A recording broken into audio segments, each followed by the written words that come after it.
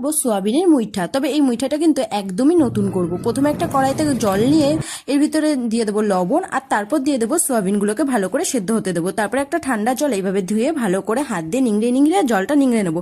তারপরে কিন্তু এভাবে একটা পেস্ট করে নেবো। এর মধ্যে দিয়ে দেবো নুন, তারপর দিয়ে দেবো লঙ্কার গুঁড়ো, তারপর দেবো ধনে, জিরে, গরম মশলার গুঁড়ো আর আদা লঙ্কার পেস্টটা দিয়ে লাস্টে একটু হলুদ দিয়ে ভালো করে এটাকে মাখিয়ে নেবো।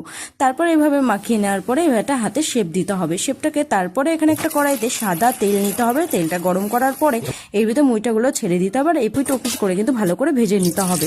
তারপর সেই তেলেই কিন্তু আমি দিয়ে দেবো আলুগুলো, নুন হলুদ দিয়ে ভালো করে ভেজে নেব। তারপরে একটা কড়াইতে সর্ষের তেল দিয়ে গোটা গরম মশলা, গোটা জিরে আর তেজপাতা, নুন হলুদ কাশ্মীর লঙ্কার গুঁড়ো, জিরের গুঁড়ো, ধনের গুঁড়ো দিয়ে একটা টমেটো দিয়ে আর তার ভিতরে একটুখানি চিনি দিয়ে ভালো করে কষিয়ে নেবো। ভালো করে কষানোর পরে এর মধ্যে আমি ছেড়ে দেবো ভেজে রাখা আলুগুলো দিয়ে ভালো করে আমি কষিয়ে নেবো। তারপর এর মধ্যে অ্যাড করবো গরম জল।